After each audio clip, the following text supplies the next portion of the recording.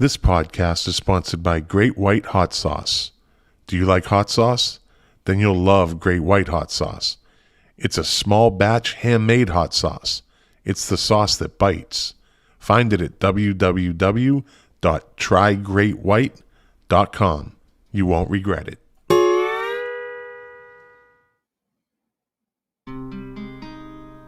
Who were the best bands of the 80s? Well, I guess that depends on who you talk to. You see, the 80s was the birth of post-punk, new wave, synth pop, thrash metal, hair metal, to go along with good old rock and roll and the influence of MTV. So, who do you think the best bands of the 80s were? Let's see if they match our lists. Listen in and find out.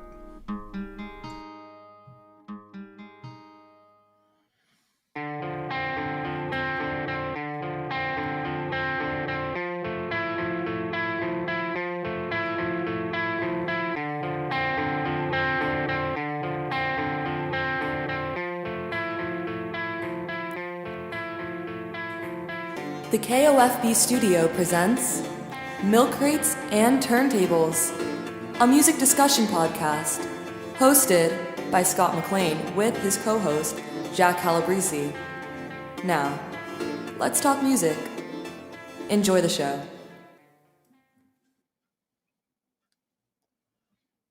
All right. Welcome to Milk Crates and Turntables. Tonight's episode, Best Bands of the 80s. Let me bring on my co-host, Jack Calabrese. We're going to get right into it. This is a live podcast streaming over YouTube, Facebook, and Twitch. So without further ado, let me bring on my co-host, Mr. Jack Calabrese, music aficionado, concert aficionado, and man about town. All right, the 80s. The 80s, buddy. Take on me. It's as high as I can go. Is that a tip off that one of the bands you think is one of the best bands of the 80s? It is not. Great song, and a song that probably defines the early 80s or the 80s in general, but great band? I don't think so. Because if that was the case, you know, if for the people that are viewing, if that was your choice, you were getting this. You go to the bottom of the screen, buddy. Although I have to tell you, Scott, if you're absolutely bored and you go to YouTube, there's actually a reasonably current version of that song with them doing it, or with the guy that sang lead. I don't even know what his name is, singing that song with an orchestra behind it, just kind of like a slow version of it. It is beautiful. For some reason, I think I've seen that. Yeah, it's good. Some reason I think I've seen that. All right, so best bands of the 80s. How this goes every week, Jack and I have a topic, and we don't discuss it prior to the show. We come in with all our memories and notes and, knowledge, and we just kind of spitfire from there. So I'm going to jump off now, and I'm just going to start off with probably the best band of the 80s is undoubtedly the one and only boys from Dublin, U2. I think it'd be pretty hard to say they didn't own the 80s. So they start in 80 with U2 Boy, perfect album. 81 with October. 82 War. 84 Unforgettable Fire, which is I think it's my favorite U2 song, Unforgettable Fire. 87 with The Monster, Joshua Tree. And 88 Rattle and Hum. It's a soundtrack to a movie, but it's a rather good soundtrack to a movie. So it's I would say it's pretty hard to knock them off the top of the 80s. Wait a minute. You forgot one, didn't you? Potentially too. I mean, if you're going to include Rattle and Hum, you have to include Under a Blood Red Sky, which I think is one of the records that really helped break them. That was a huge live record for them. Yeah, and it was an embarrassing one in the end for Bono, because he looks back at that video and cringes at the campiness that he would perform on the marching. And I saw a video of him watching that, and he just started laughing at himself. He says, "Oh Lord." Yeah. So that listen, they were kids. He was in the moment. That live album was, the majority of it was recorded at Red Rocks, but there was at least one track that was actually recorded at the Orpheum Theater in Boston. 11 O'Clock TikTok was That's recorded. Right. Yeah. Was recorded the night Phil Kelly of Winthrop and I were there. In about 4 or 5 rows in front of me, unbeknownst to me, was my future wife. Her first concert at age 13. Oh. And she loves that story because it's one of the few times where she actually had better seats than I did. Little 13-year-old girl with her Clash t-shirt actually holding Bono up, something that you can yes, relate to. I mean, during the 80s, you could say they actually meant something. They were spreading a message of peace and love, and they were doing it in the 80s style, not like the 60s style. Aside from the ego and Bono's tendency as he got older to rant more during the concerts, I think it's hard to take them off the top of the list. Well, especially in those early days, you didn't really have as much of the the political stuff. I mean, it was there, especially during the the War album, but he didn't have all of his causes. Even back in the day, he wasn't wearing the glasses inside all the time. He didn't have the massive ego. They weren't the massive band. I think one of the great things about U2, especially for us being into music at that time and being into that band at that time, is we were kind of there at the beginning. So we actually had the opportunity to see them, in smaller places or, before they really got to like the stadiums and the overblown tours and whatnot. And we kind of grew up with that band, and we had the opportunity to see them evolve, and we were along for the ride. And, there was a time that I remember where it seemed like everybody loved that band. But once you got to the Joshua Tree, and then once you got beyond that, once you got into Zeropa, and then you got into the 90s with Octung Baby, where, the egos really got overblown and whatnot. They lost a lot of people. And then fast forward a number of years where all of a sudden they're now putting their music on your phone without asking you. And it's almost impossible for you to get it off. It just doesn't really jive with who they were when they first started out. They were kind of a sincere, humble, band that were trying to find their way. That's a pretty hard asshole move to beat by doing that. I mean, who the fuck did they think they were? We're just going to put it on everybody's phone. The thing that I liked about them, though, early on, and it went on throughout the 90s. Every album was different. Mm-hmm. There's very few bands like Bowie pulled it off. PJ Harvey, every album is different. Her look is different. Her style is different. Her sound is different. It takes a lot of talent to mix that up and not get stuck. And U2 were masters at changing their sound every album. Well, some of it was out of necessity. So, the Boy album is a culmination of all of the stuff that they did when they were first learning, first playing clubs, first playing anywhere. So that, the Boy album has a number of songs that they had been playing for a number of years, right? So you have like a lot of people's first albums, they had a decade to write that album because they were working on things and they were writing. They weren't on tour. They certainly weren't traveling the world like they were, later in their career. So, that album came out and just universally adopted, certainly in college radio. People really loved that record. The thing that most people might not know about the second record, and one of the reasons why that sounded different, was they were getting ready to go into the studio. And I think it was actually in Providence, where Bono, he used to carry a notebook around with all of his lyrics. He invited a couple of girls backstage and whatnot, and the girls stole it. So it left them going into the studio without all of his lyrics. So they had to scramble. Well, they did a pretty damn good job with October. Yeah. And then Unforgettable Fire, they sounded more mature. Well, they brought in Daniel Lanois, and they brought in Brian Really? Eno. So it wasn't just Steve Lillywhite on the production. They really led them into a more ethereal, atmospheric.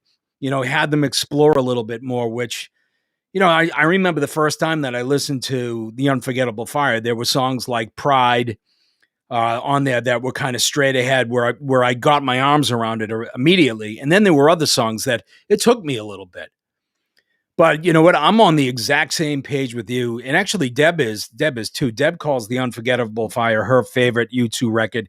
It's definitely mine for a number of different reasons. And The Unforgettable Fire is definitely in my top 3. When I was stationed in the Philippines, the Philippines, Clark Air Base had the largest airmen's club in the whole DOD. It was like 100 yards long. The place was huge. And it would be packed every Friday and Saturday night. And I actually came in third in this giant lip sync contest. And I did Pride in the Name of Love. I jumped off the stage. I got on the judges' table. I had on the boots, the Bono boots, the U2 boots I had made from leather, from skin, snake skin. And I came in third, pulling In the Name of Love. Yeah. I don't believe any of that. That doesn't sound like you at all. Anyways, moving on. What do you got for me? So you know what I going through this list, I tried to avoid some of the obvious ones. And I wanted to pick somebody that I don't think people necessarily kind of identify with the 80s. And the first person that I picked, and you actually might be surprised by this, is Stevie Ray Vaughan. Stevie Ray Vaughan, believe it or not, was a product of the 80s in terms of his recording career. So first came out, his debut album was Texas Flood, that came out in 1983. First record, did really well. One of the other big things, and a bit of notoriety in terms of being in the 80s, and there are a lot of people that probably don't know this, but when Stevie Ray Vaughan and Double Trouble first started, they actually played up at the Montreux Jazz Festival, and David Bowie was there. David Bowie was actually in the audience. I don't know if he was performing or not, but he actually saw Stevie Ray Vaughan and Double Trouble play, and he invited Stevie Ray Vaughan to play on his next record. So Stevie Ray Vaughan plays on 6 of the 8 tracks that are on Let's Dance, including Let's Dance and China Girl. As a matter of fact, he was actually... What's that? He didn't like to tour. At the time, he could have had stage fright or something, they were saying. He didn't mind touring it, but there was some business aspect of it, and he really wanted to get his career started. And I tell you, I think one of the big things that he didn't want, if you remember, and I can't remember if you were with us when we actually saw the Serious Moonlight tour down in Foxborough. You kidding me? I got in a fight down on there was 15 of us. Yeah. Wait, did you come in third? Those I always came in first. But if you remember the Serious Moonlight tour, David Bowie had all of his musicians dressed up in these weird and fancy costumes. Yeah. I think that was part of it, where Stevie Ray Vaughan said, "I'm not fucking doing that. What are you, crazy?" Yeah. But in any event, you talk about one of the seminal albums of the 1980s is David Bowie's Let's Dance. I mean, it revived his career, to a certain extent. And Stevie Ray Vaughan was instrumental in being part of that. But not only that, he put out Texas Flood in 83. Couldn't Stand the Weather came out in 84. Soul to Soul came out in 85. He also released a live album, Live Alive, in 85, and then Instep in 1989. He wasn't around for a long time, but playing music that was definitely outside of the whole 80s genre. No synthesizer, no pop, no bright. He didn't adopt rhythm anything. And blues. He was straight rock, rhythm and blues. Right. He didn't adopt anything from the 80s except for a terrible cocaine habit. Yeah, he didn't have to. I saw him play at the Orpheum. There's the second of 2 nights, probably around 86. And he sang one song, and sounded like shit. And he just, after the song, he said, listen, I'm not used to this weather. I lost my voice today. So I'm just gonna, I can't sing. So, but I'm gonna make it up to you with my guitar. And he proceeded for almost 2 hours of just shredding every song on his guitar. It was amazing to just sit and watch that. It was, and we had pretty good seats. Amazing. Greatest guitar performance I've ever seen. The Orpheum, great place to see his show in Boston, obviously, and he was just an absolutely tremendous guitar player. But you know what? It took him a while to actually find himself. So just doing a little bit of reading up on him. So he actually started off. Here are the bands that Stevie Ray Vaughan was in. He was in the Cast of Thousands. He was in the Cantones or the Chantones, Liberation, Blackbird, the Brooklyn Underground, Crackerjack, the Nightcrawlers, Paul Ray and the Cobras. He was in one band after another. As a matter of fact, he was in Paul Ray and the Cobras. Yeah, imagine that. What? Can you believe it? Really? He was in this band, a Cast of Thousands, with an actor named Steve Tobolowsky. Do you remember the movie Groundhog Day? Yeah. Ned Ryerson. He was in Stevie Ray Vaughan's band back in Texas. You did a deep dive, buddy. I did. You did a fucking deep dive. But I mean, somebody that really attained a certain amount of fame, and I think one of the ways that it was really capped off is, he actually played Carnegie Hall, and he actually sold out Madison Square Garden in the 1980s. Now, when was the last time a blues artist sold out Madison Square Garden? I couldn't tell you, buddy. Yeah. So, damn shame that he passed the way that he did. Helicopter crash after playing. It was a Buddy Holly type thing. It was either him or Eric Clapton. Well, initially they actually thought that Eric Clapton was on the same helicopter. I was kind of hoping it was Eric Clapton. Honestly, that's listen. wrong. If I had to flip a coin, I like Stevie Ray so much better. I was a huge fan. Still am a huge fan. But I just wished it was Eric Clapton. That is a horrible thing to say. Well, I don't pull any punches. There's no tears in heaven for you. Probably. So we have this pod site now that we have, and people can leave messages, and we're going to start putting it out there. And they can subscribe, and they can we'll send them emails. We get an email list out of it and everything. And I'm glad that this is at the beginning, because if this was 15 shows from now, I'm sure I'd be getting a lot of hate mail for that comment. But all of the Eric Clapton fans. Yeah, there's a lot of them. Ned? So yeah. So I'm you know what? So wait a minute. Before you move on, surprised? Yeah. I mean, just not somebody that you really kind of affiliate with the 80s. I really have a hard time going against that, because I love Stevie Ray Vaughan, but I wouldn't put him in the best bands of the 80s. I didn't have him in there, but again, look, there's somebody that his popularity and his fame grew, and Stevie Ray Vaughan is still hugely, hugely popular.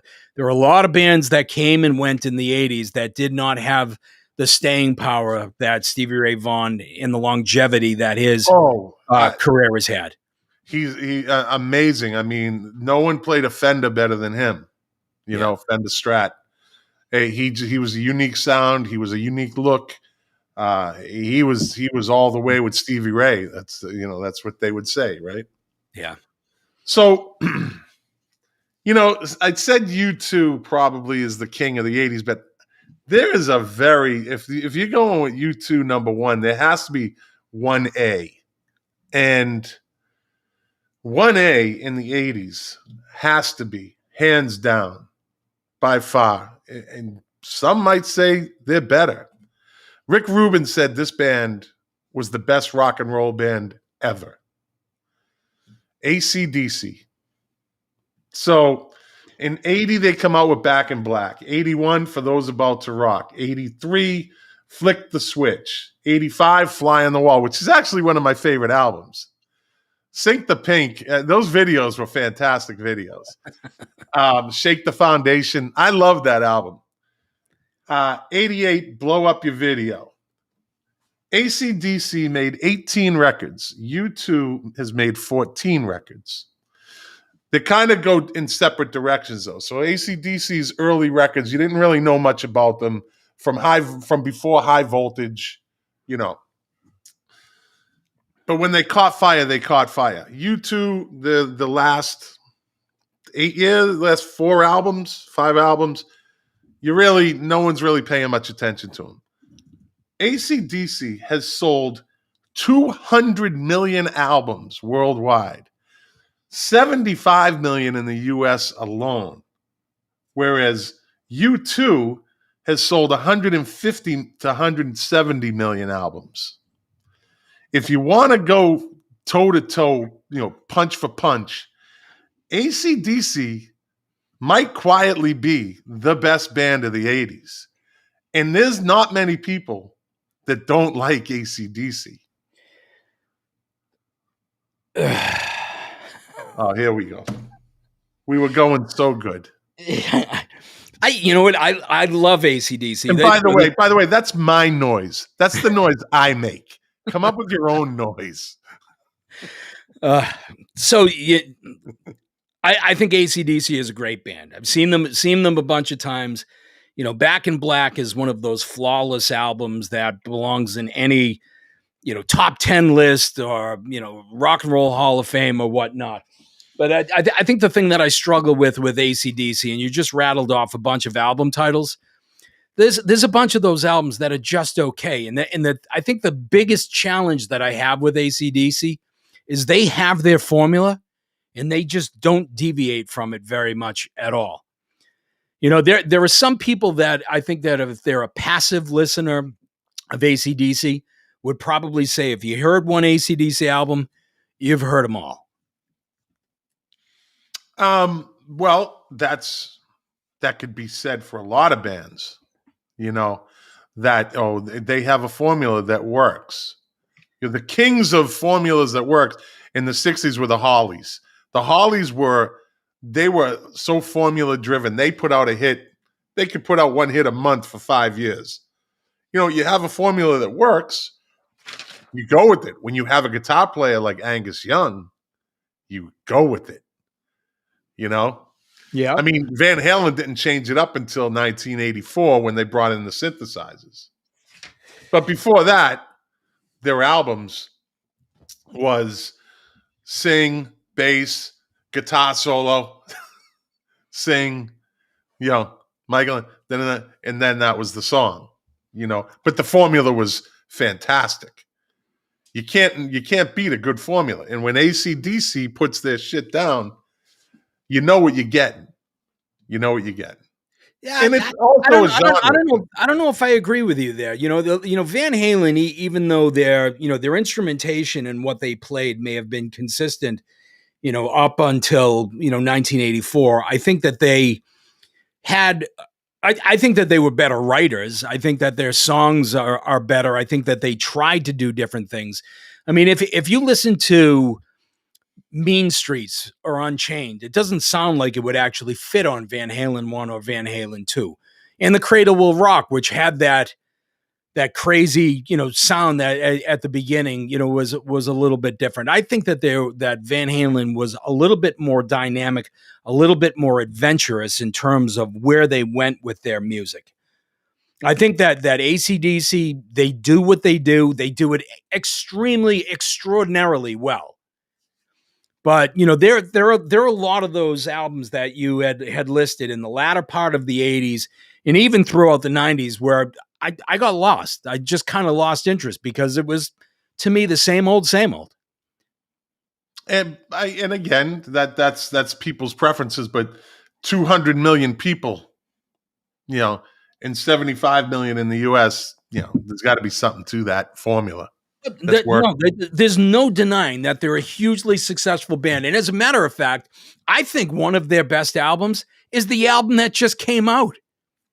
We still haven't talked about that. We will talk about that one of these episodes. Yeah, It's actually a really, really good record. And as a matter of fact, I read a couple of reviews of the new record, and even some of the reviewers call it the best album that they've put out in the past like 15 or 20 years.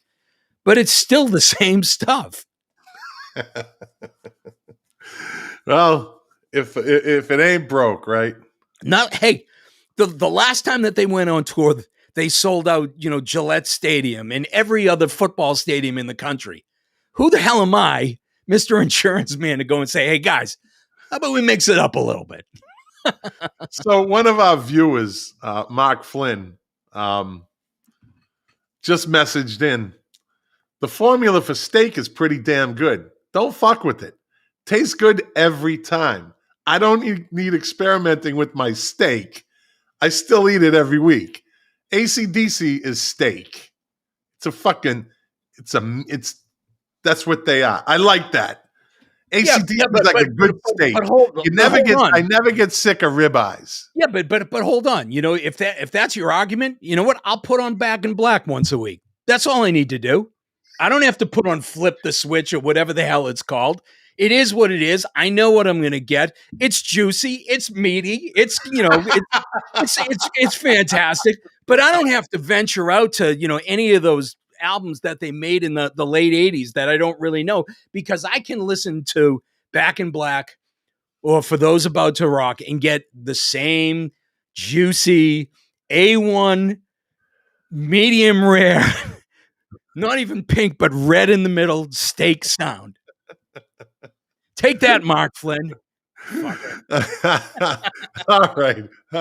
Now I'm getting hungry. What do you got? Throw it at me.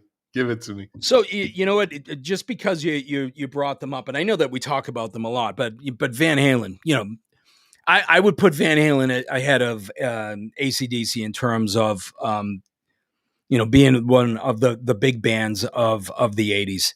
And I get it. I know that their first two albums came out in the late 70s, but they really, really kind of, hit their stride. They put out Women and Children First in 1980, Fair Warning in 81, Diver Down in 82, in 1984, obviously in 84. And then, they switched their lead singers and went 51-50 in 86 and OU 812 in 88. I mean, they were involved in the 80s, post to post, dynamic videos, sold out concerts, and, the band, evolved and grew and then changed dramatically. And I know that there are some people that are just not in the Sammy camp, and there are some people that are not in the Dave camp. And I think that they were, two completely different bands. But I think that they were just hugely instrumental. You admitted in one of these episodes, you even said that, Diver Down, and there was a couple of where they sold out and they did cover songs, and they kind of got lazy somewhere in the middle. They've only sold 80 million albums worldwide. Yeah, so what? How many? A big difference. That makes a big difference. It does not make a big difference in terms of who are the seminal influential bands of the 80s. It doesn't come down to fucking record sales. But I think if you want to knock AC/DC and say, oh well, it's all the same. I get the same thing off Back in Black than I do with Fly on the Wall. Well, you can get these lazy albums from Van Halen, or I'll just stick to listening to Van Halen 2, Van Halen 1. So listen to this. In terms of them lazy, so when I was reading up on them, to think about this. This is what was exhausting to me as I was actually reading it. So put yourself in the position of being in Van Halen, or probably many other albums. So Van Halen first released their first album in 78, and they went on tour from March 3rd, 78 to December 3rd, played over 100 dates. They finished the tour on December 3rd. They go back into the studio on December 10th, and they actually finish Van Halen 2 in 6 days, and then go on tour from March to October, playing 109 dates. Then they record Women and Children First in February of 1980. They go on the road in March, and they are on the road until November 16th of 1980, playing 127 days. Now, those are just the concert dates. Never mind all the travel in between and whatnot. They come back. They record Fair Warning in March of 81. finish it in 83, and they go on the road from May 12th to October 25th, playing 83 dates. Then they leave that tour in October, and they record Diver Down in 82, and they release and they go on tour and play another 100 dates. That's not lazy. No, I didn't say they were lazy in their work ethic. As you were the one that said by doing Pretty Woman and and doing these cover songs, Where Have All the Good Times Gone? These were just, it was kind of lazy. It was a throw-in. AC/DC doesn't do fucking cover songs. Yeah, well, I would agree with you that I absolutely think that Diver Down, that could be a much better album. There are too many covers on it. It's an album that's incredibly short. Yeah, it is. I think that they were just fried at that point. But even then, some of the original stuff on there is pretty good, pretty dynamic. If you listen to Cathedral, if you listen to Secrets, if you listen to the Full Bug that's on there, those all have a different evolving sound. It's not the same stuff over and over again. I think we're on the same page. We both know that these bands are great bands of the 80s. Now our debate just became which one is better, and I'm going to win. So let's move on. You're not going to win. I won because I'm moving on. It's my ball now. It's my ball. Who was a workhorse in the 80s? And they are right up there, I think. And we're going to jump over to a different type of sound. INXS were workhorses in the 80s. In 80, they came out with the self-titled album. 81, Underneath the Colors. They were just feeling their, getting their grip. Then in 82, they come out with Shabu Shaba with The One Thing, huge video on MTV. Then they come out with The Swing, and they just pick up momentum. Then in 84 and 85, Listen Like Thieves, 87, Kick. I mean, they were workhorses in the 80s, and they were everywhere. There wasn't a station that didn't play an INXS song. Yeah. So I would say they're one of the top bands of the 80s. They are, definitely a product of the 80s in terms of coming up and, honing their craft and learning what they needed to do. And, the pinnacle obviously was, the Kick album, which was just a monster, phenomenal record. I mean, they were absolutely massive, man. I remember when they came to town when that tour, those tickets were impossible to get. Yeah. There's a great documentary. I think I've mentioned it before. It's either on Amazon or Netflix called Mystify. And it's the story of Michael Hutchence and what happened to him. And it's really, I highly suggest people watch it. If you're an INXS fan, even if you're kind of a fan, it's a great documentary. So I'll tell you, a bit of a heartbreaker earlier, and I think that there's a lot of heartbreak in the INXS story, especially as it revolves around Michael Hutchence. But early on, just because we bring them up from time to time, the very first time that I saw the Go-Go's every episode on Concerts on the Common, the opening band was who? I guess it was INXS. It was supposed to be INXS. They had some type of passport issue, customs issue or whatnot, and they didn't make the show.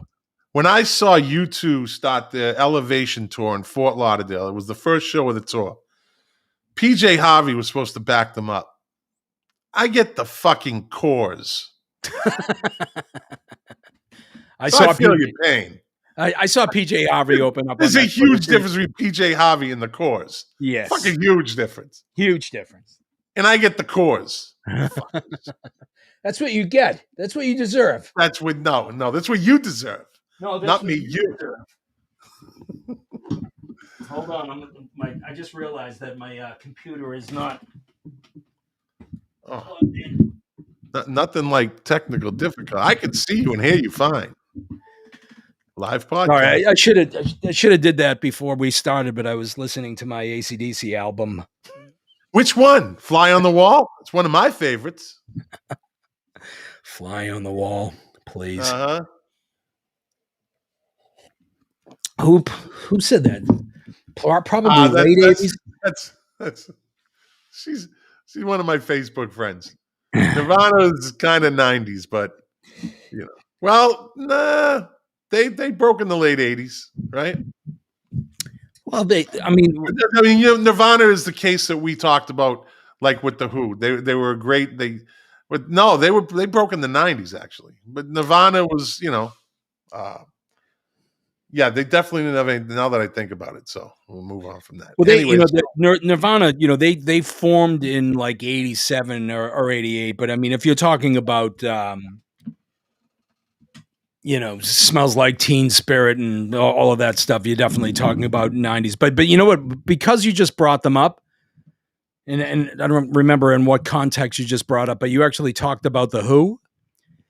Man, I'll tell you, one of the reasons why you had the opportunity to have a lot of bands. Jack. Excuse me. I would never break in on you. We have an unwritten rule. But your sound guy, we have to give your sound guy some credit. My sound guy, Scott Locke. Is that your guy? That's him. Thank you, Scott, for getting my buddy Jack up to par technically. He speaks highly of you. I can't believe we interrupted the show for this, but he gets my respect. Well, we don't get his respect. He and his wife say that we're lost in the 70s and 80s and we don't talk about new stuff anymore. Oh, well, then he's off. That's it. I'm taking this and taking it down. He's done. Right, we're moving on. So listen, just because you actually brought up the Who, I think one of the reasons why you had the opportunity for so many new bands to come up was there was actually a real vacuum. I mean, if you think about it, the 80s were not kind to the Who. They weren't really kind to Pink Floyd. They weren't not really kind to, the Stones, although the Stones were a lot more productive in the 80s than most people realize. I mean, you have Emotional Rescue that came out in 80 and Tattoo You in 81, but then you got into kind of a dark period for them where they did like Undercover of the Night, and they had a couple of albums where they were lost, and it was because Mick Jagger really didn't want to be part of the Stones anymore. He wanted to do his solo crap. He wanted to be his solo stuff, and the same thing with Pink Floyd.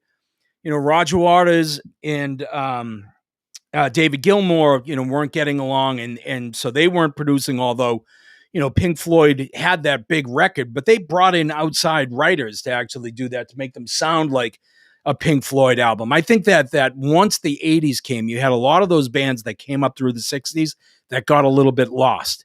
They didn't know what to do. And speaking of the Who, how many albums did the Who put out in the 80s? Pete Townsend put out more solo stuff in the 80s than the Who did. And by the way, while we're actually saying it, I actually think that some of those Pete Townsend solo records were really good. They were really good. The White City album is a fantastic record. All the Best Cowboys Have Chinese Eyes. There's some great cuts on that. Water strawberries at lunch. Empty Glass with Rough Boys. And I'll tell you, that was a real bone of contention for the folks in the Who. Roger Daltrey was bullshit. Pete Townsend put that on a solo album. He wanted that to be a Who record. Yeah. Well, Bruce Springsteen did that with Nebraska, but screw the band. So, two things just came up, and I'm going to address both of them. So, Tears for Fears, one of the viewers of the live stream, which is over Facebook Live, YouTube Live, on the Milk Crates and Turntable channel, and Twitch. She says Tears for Fears. Tears for Fears came out with The Hurting in 83, Songs from the Big Chair of 80 in 85, and Sowing the Seeds of Love in 89. All great albums, but it's 3 albums spread out over the decade. Now, I'm going to ask you a question. Turn your volume down a little bit on your computer. You're getting an echo. So don't yell at me. You ain't the boss of me. I knew that was coming. I don't consider that. Huh? Is that better? Yeah, that's better. So I don't consider them. I consider them a band that had 3 good albums in the 80s, like the Who had good albums in the 70s at the beginning of the decade. So they're well. And MTV did them very well also, and they're very talented.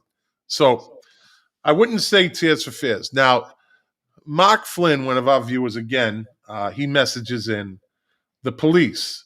The Police came out with Zenyatta Mandata in 80, Ghost in the Machine in 81, and Synchronicity in 83. Now, I'm going to touch on something you just mentioned. Those are three phenomenal albums, but the Police are not one of the best groups of the decade. Sting had more music on his own than the Police in the 80s, I believe, than the Police did. That's not true. It's not true. The Police had three good albums at the beginning of the decade. That leaves 6-7 years of nothing by the Police. So I can't. Now, let me ask you, what's your criteria? What do you look for when we say best bands of the 80s, best bands of the 70s? Do you have a specific criteria? I don't. I think that there's, there's an artistic side to it in terms of how they evolved. I think obviously they have to have some popularity. I think that they have to have produced a lot. I think that your comment about Tears for Fears, I still look at Tears for Fears as being a big band in the 80s, just because they may not have put out a lot of music, but what they did put out, I think, is really representative of that decade. And a lot of those songs are still being played today. But I will tell you, in terms of what you're saying, the Police put out 3 albums in the 80s. Sting went out on his own, and he put out 2 after that. Me, personally, I like Zenyatta Mandata. Yep. Ghost in the Machine was okay. And I think that Synchronicity was largely overrated. I think there's some good stuff on it. But I think the best albums that the Police put out were the ones that they put out in the 70s. Yeah. I think they were a band that really... Right. I think they had a creative arc really early on, and they had something, at least for me. Again, this is personal preference, obviously. I mean, Synchronicity was a huge album. Ghost in the Machine were huge albums. But if I go to, these stacks, and if I pull out a Police record, it's generally the first 2. Do you have Orlando's Dear More? Oh, yeah. That's their first album, right? Yeah. Which version do you have? Do you have the red lettering, green lettering, or yellow lettering? I think I might actually have all 3. I have the green and the yellow. I'm looking for the red. Give me a red. Send me a fucking red if you got 2 of them. Only if you ask nice and you say that AC/DC. Well, you still owe me Lou Reed, by the way, Rock and Roll Animal, which I haven't seen in 4 years that you promised me 4 years ago. I gave you a stack of records, right? Didn't I give you a stack of Lou records? Reed wasn't in it, okay? So what? Did I give you a stack of records? I didn't get any records back. You know what I got back? I got a fucking coffee cup. Hey. Hey, you're co-hosting a really good podcast, buddy. I took care of you. I'm going to make you somebody, Jack. Because remember, you were working as a waitress in a cocktail bar when I first met you.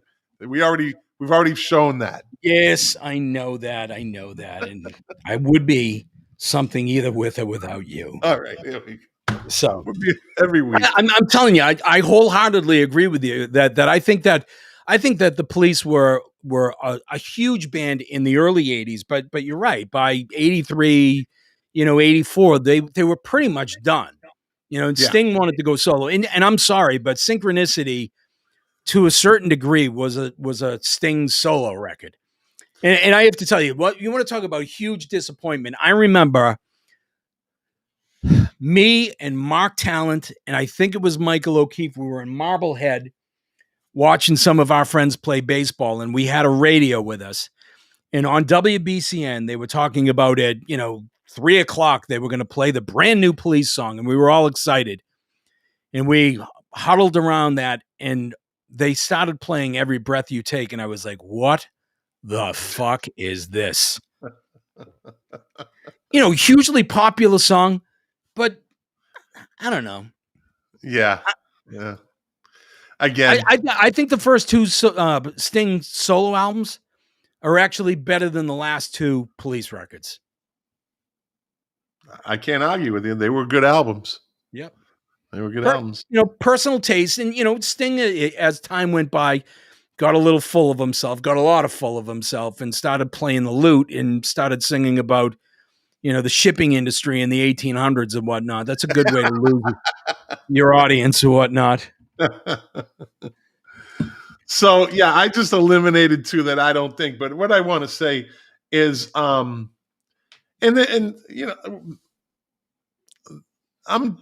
just going to throw Metallica out there. Metallica, if it wasn't for Metallica, the thrash metal might not be what it is today. And it's a very specific genre. But Metallica, so they had Kill 'Em All in 83, Ride the Lightning 84, and then they hit their stride, 86, Master of Puppets, in 88, their monster, Injustice for All. And they just kept getting better. And people can say the same thing about Metallica than they do about AC/DC. That's the style of music. No. Metallica evolved and tried to do different things. What about you just brought them up? What about the work that they did with Lou Reed? They tried to branch out and to do something different. How far did that get them? Oh, it didn't, but they tried to do something different. But what works for them is their formula. They have a core audience. AC/DC has a core audience, and they play to it. And it's successful, it's lucrative, and it keeps them going. And they're all nuts anyways in that band. So, let me just say, what was the documentary? Some Kind of Monster? Yeah. Another phenomenal documentary. If you haven't seen Some Kind of Monster, the Metallica documentary, that is an intense documentary. You have to give them credit for putting that out, because that shows the band warts and all. Certainly did. So yeah, that one I would highly suggest. Some Kind of Monster is a great. That's kind of it's a painful documentary to a certain extent. Yeah. So what do you got? Well, there's a couple. I think that Def Leppard was a monster band in the 80s. On Through the Night, 1980, their debut record, High and Dry, where they really kind of copied AC/DC to a certain extent in terms of their sound. Their first album, Joe Elliott really sang. In the second album, he had that kind of throaty Brian Johnson, screen. But then, going into Pyromania in 1983, which was a huge record, and most people thought that would be the pinnacle of their career, their arc, their masterpiece and whatnot. And then what do? They come out in 1987 with Hysteria, which, look, whether you love Def Leppard or not, that record, there's not a bad song on that record. No, it's listenable. And I get it. It's highly produced. It's poppy. There's great harmonies and whatnot. But that's a band that I don't think people necessarily identify as an 80s band, but they were a huge 80s band. I think they're known as an 80s band. Yeah.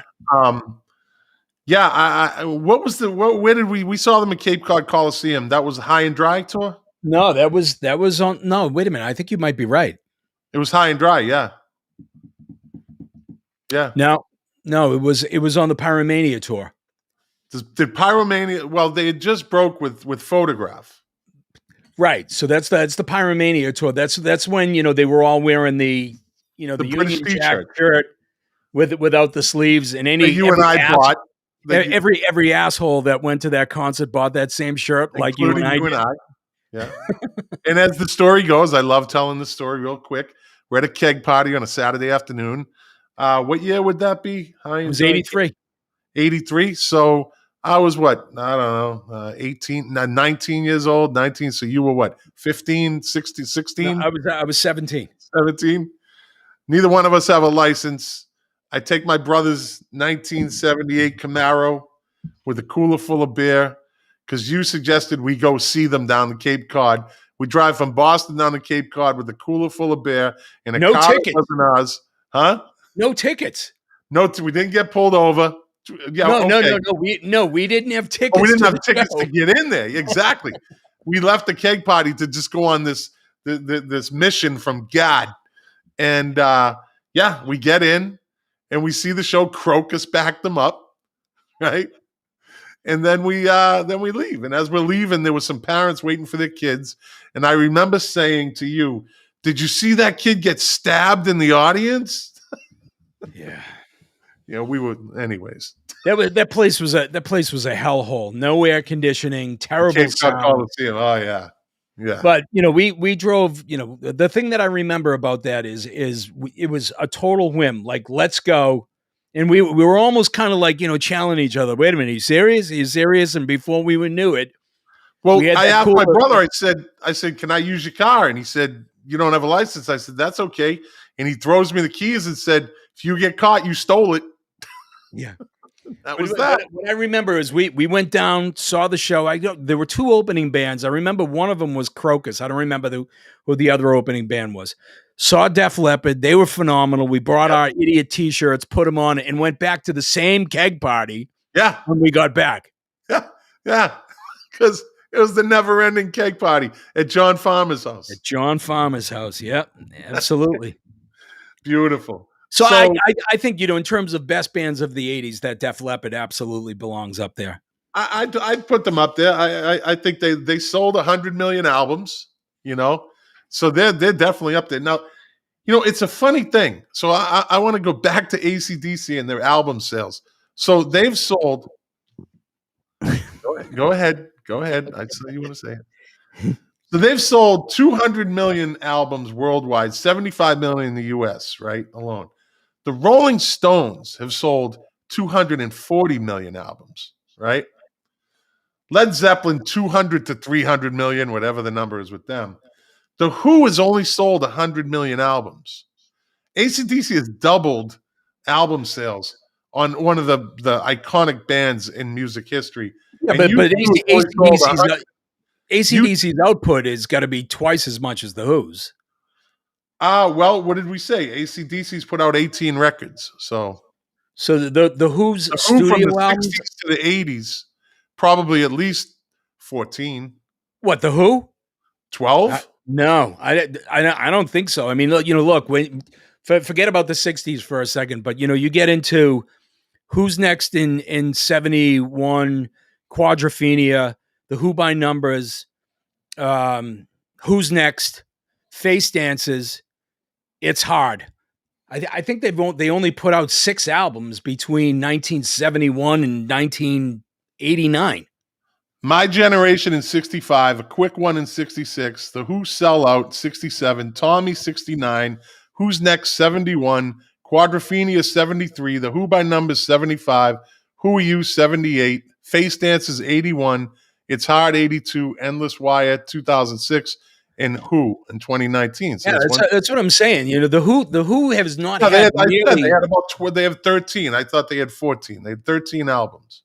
Yeah, the 13, 14 albums from the 60s to the 2000s. But again, if you look at their output from the time when AC/DC first came out to the end of the 80s, the Who weren't producing, they weren't making records. Yeah, that's true. Yeah. Yep. That's true. But it's just amazing to see how many records AC/DC has sold. Like they're a monster band, and I think Mark Flynn is right. Is that I don't think you can take it out of the equation, but I think it's part of the equation. My equation, I have a criteria, and it's longevity within the decade. Okay, albums produced in that decade, the impact the albums have had in that decade, hits, of course, you can't have just crap albums and put it out. It has to have, and records sold. I think overall. Now, records sold is kind of a throwaway, but that's the criteria I kind of look at as far as what I think is the best bands of the 80s. Yeah, I think a lot of that. I think a lot of that criteria is spot on. But I think it's tough when you start to factor in album sales. I look at Echo and the Bunnymen as a big band of the 80s, but they didn't sell shitloads of records. The Smiths only sold 3 million albums, but What's that? the Smiths Yeah. only sold 3 to 4 million albums only, Yeah. right? Yeah. But they had a run from 84 with the Smiths, 85 Meat is Murder, 86 The Queen is Dead, and 87 Strange Ways Here We Come. So they chewed up the whole middle of the 80s with 4 great albums, right? Did you know that How Soon Is Now was not released on an album originally? It was a B-side. Yeah. And that it was finally put out on Hatful of Hollow on a compilation. And that was kind of Morrissey and Marr could not understand how that song was not a huge hit. It's bigger now than it was when it first got released. Oh yeah, I would agree. Yeah, You know, I would agree. but I put Echo and the Bunnymen in that same category as the Smiths. It was kind of genre music, the Cure, who were a big band in the 80s. Or did they just have a couple of good albums that people remember? But here's the thing. I mean, if you're trying to do a comparison, and I think that you can tick a lot of those boxes, but for me, in terms of what I like, I would much rather listen to the Jam, the Smiths, Echo and the Bunnymen, than I would to how many albums did Phil Collins sell in the 80s? He sold a shit ton of records, and he put out a lot. I mean, talk about somebody that, look, I'm not a huge Phil Collins fan, but you got to give the guy his due. He had more hits in the top 40 in the top 40s than any other artist in the 80s. He was the only person that actually appeared at both locations for Live Aid. Sold 150 million albums worldwide. He not only played or put out Face Value in 81, Hello, I Must Be Going in 82, No Jacket Required in 85, Get Serious or But Serious in 89, but he also put out Abacab with Genesis in 81, right. Genesis in 83, Invisible Touch in 86. He produced and played on Robert Plant's first solo album. He produced and played drums on Frida's album. Remember that song? Yeah. The woman from something ABBA. Going on. He played on and played drums with Philip Bailey. He was everywhere in the 80s. Yeah. But not my thing. No. Where do you someone mentioned Aerosmith. I think one of our viewers messaged in Aerosmith. Aerosmith was they were dump in the 80s. They had Permanent Vacation in 87 and Pump in 89 that were the only good albums that they put out. They had Rock in a Hard Place in 82 that Joe Perry wasn't even on. Joe Perry comes back in 85 with Done with Mirrors. And they picked up Pump, the Permanent Vacation and Pump, which were big albums, but they weren't big in the 80s. They had 2 really good albums back to back in the 80s, and there were videos everywhere. But I wouldn't say they were a top 80s band.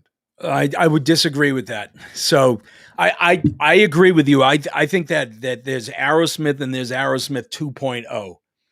And there's Aerosmith that you and I probably grew up with and loved. Aerosmith, Get Your Wings, Toys in the Attic, bands of the 70s. One of the best bands. Draw the Line and whatnot. And then because of excessive touring and too much drugs and all that stuff, they went off the rails. Night in the Ruts was not a great record. Rock in a Hard Place, that was, I think, the record company's just trying to keep the machine going. Joe Perry wasn't with them, and you could tell. Yeah, he was gone. He was off doing the Joe Perry project, and yet another example of the sum of its parts is absolutely greater than the individuals, because neither the Joe Perry records nor Rock in a Hard Place were really great records.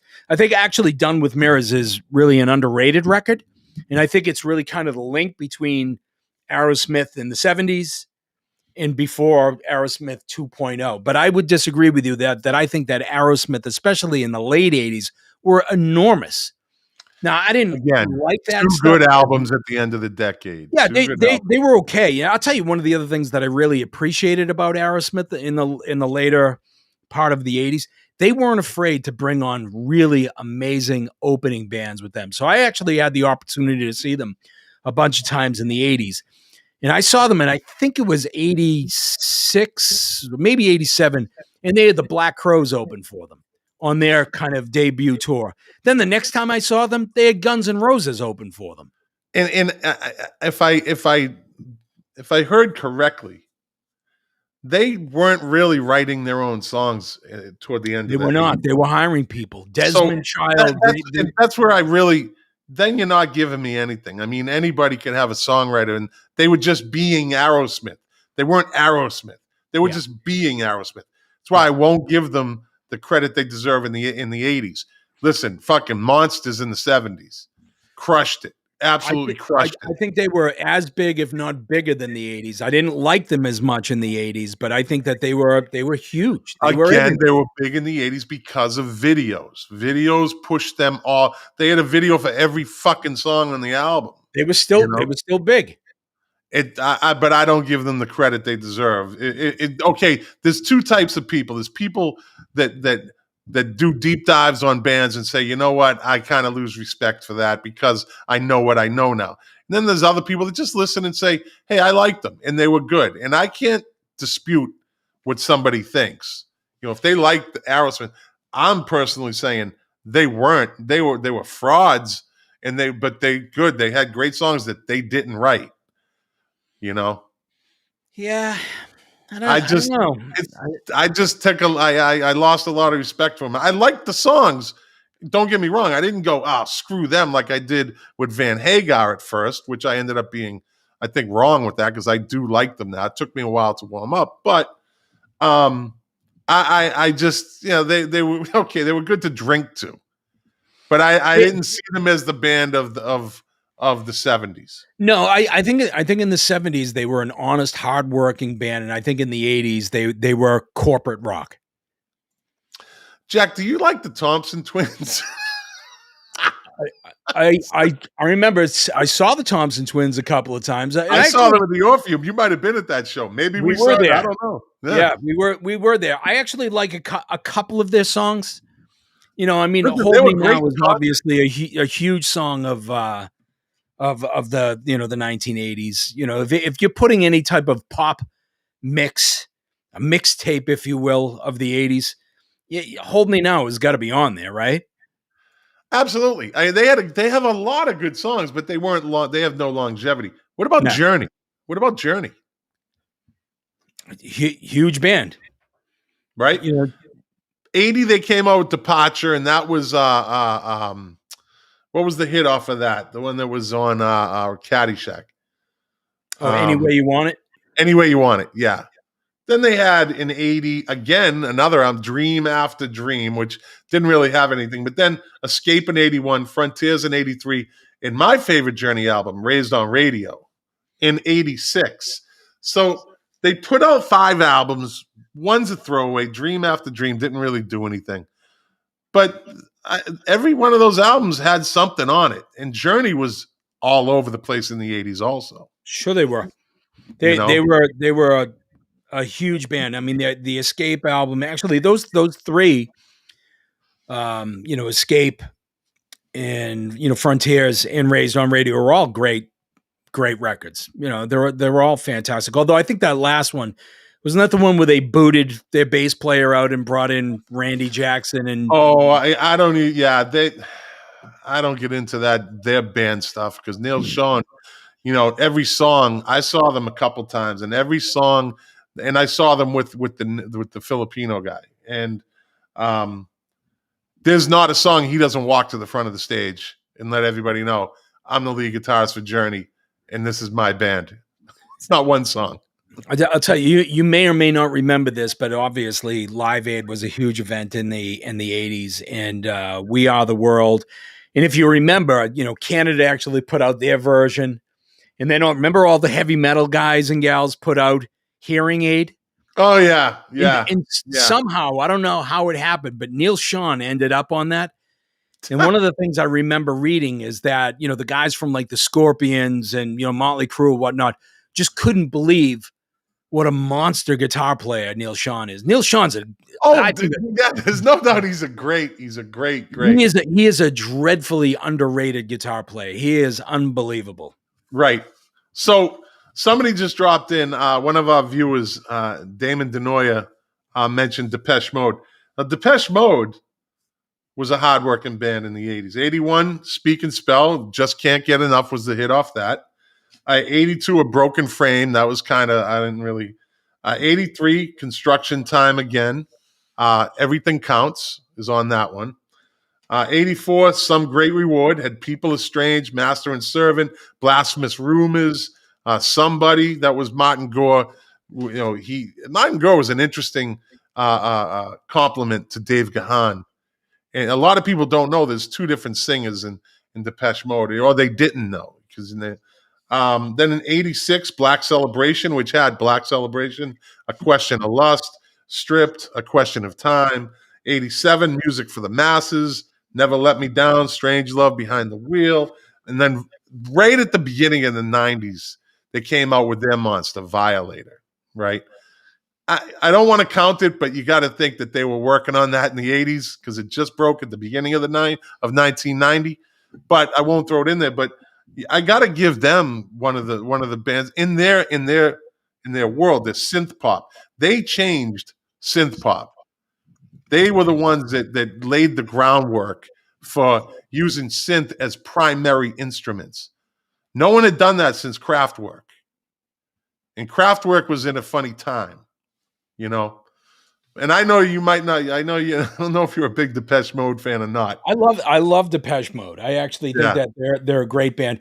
And I think the interesting thing that I found about Depeche Mode. So my wife, when I first met her, was actually living, or she was just had moved back here, but she had gone to high school out in California. And one of the things that I never really thought about was, from a regional perspective, there were different bands that had different levels of popularity, and Depeche Mode was the example that she kind of taught me.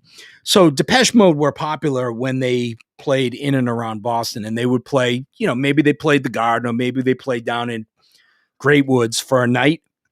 But when they played out in California, they sold out like 10 nights in a row. They were massive. I saw them. I saw them in Southern California. I went to some Blockbuster amphitheater in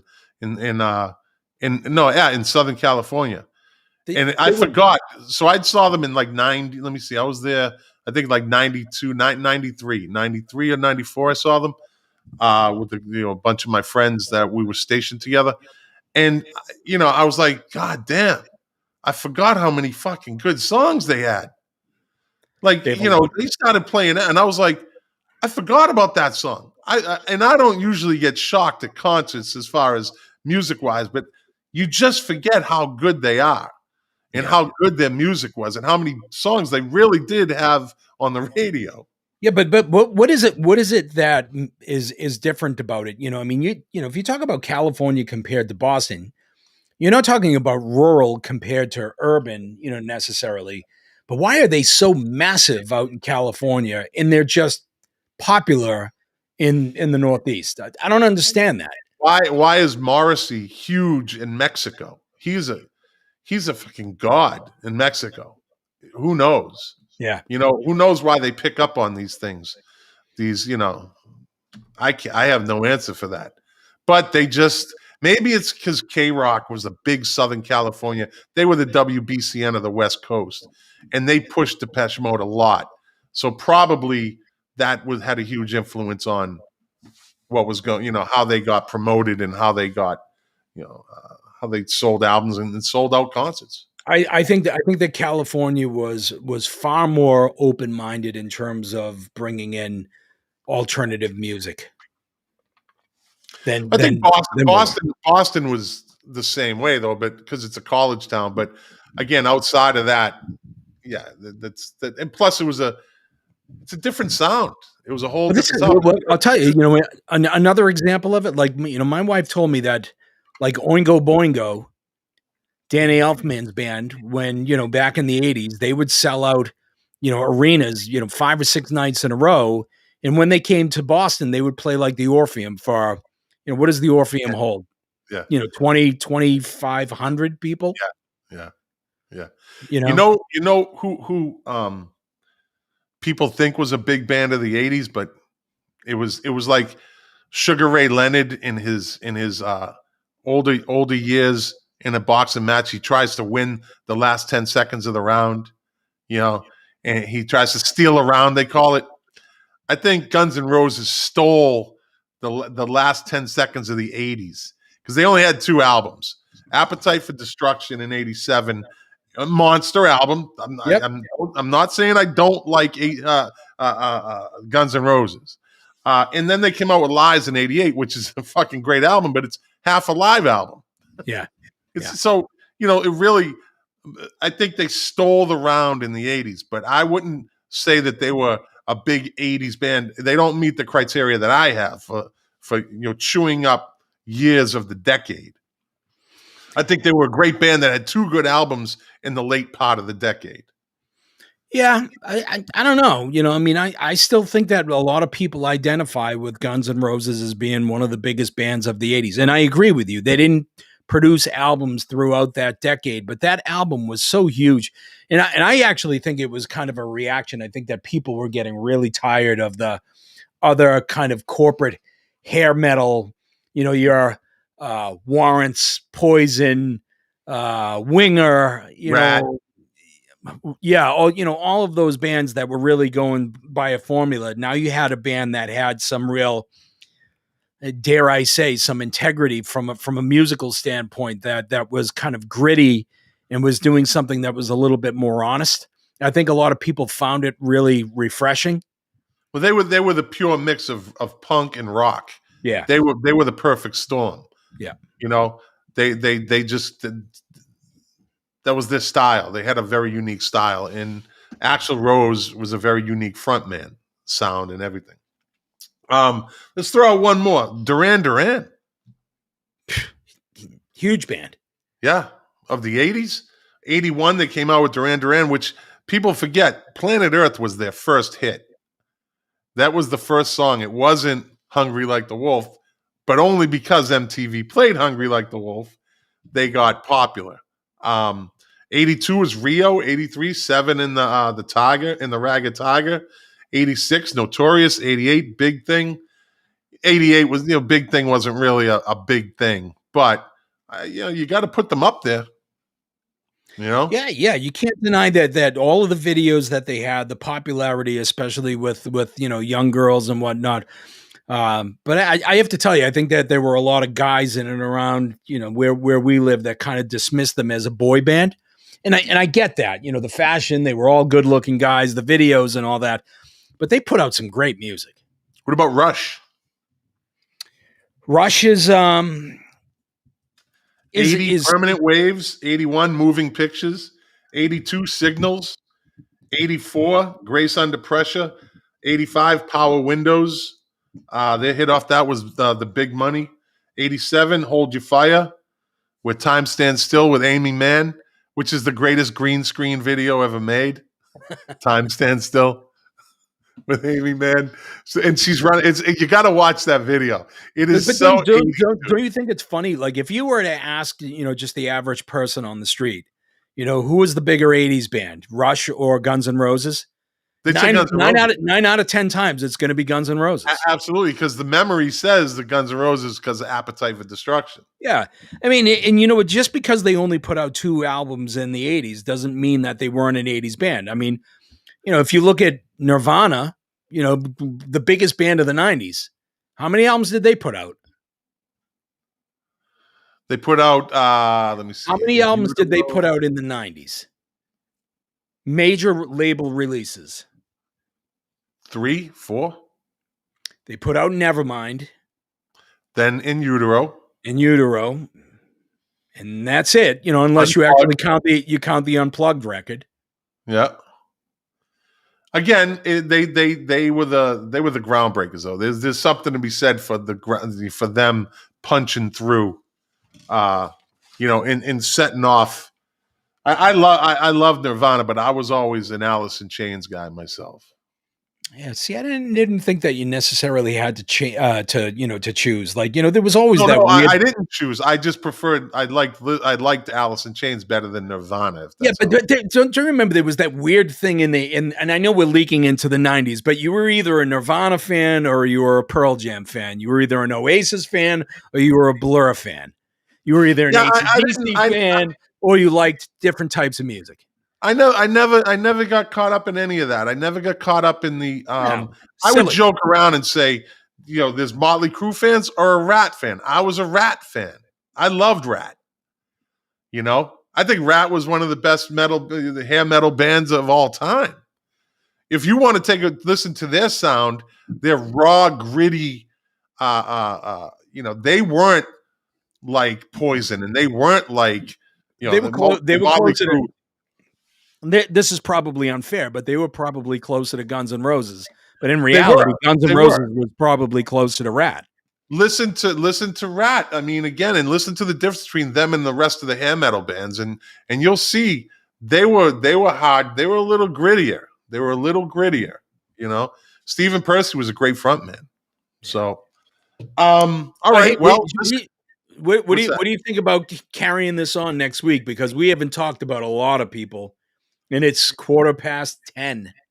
Yeah, I mean, I know you're getting old, so we gotta, although you do work, I don't. I'm retired, so I could run another hour, buddy. Anyways, okay. Quickly, give me your suggestions. What do you got for me? Let's at the end of the show, we come up with Jack's recommendations and my recommendations, and then we'll wrap this. This has been a good show, man. So vinyl that I picked up. The first one is Something Else by Cannonball Adderley. Again, still exploring jazz.